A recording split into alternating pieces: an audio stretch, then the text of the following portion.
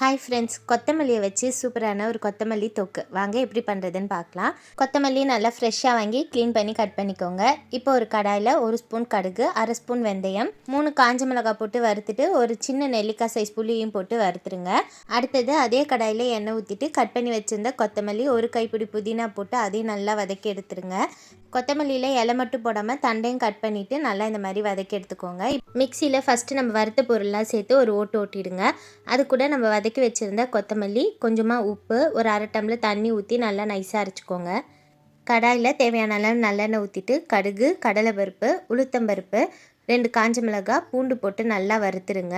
அது கூட நம்ம அரைச்சி வச்சுருந்ததையும் சேர்த்துட்டு நல்லா மிக்ஸ் பண்ணிக்கோங்க. இப்போ நம்ம ஊற்றின எண்ணெய்லாம் சுண்டி திருப்பி பிரிஞ்சு வரும்போது நம்ம அந்த ஸ்டேஜில் ஆஃப் பண்ணிடலாம்.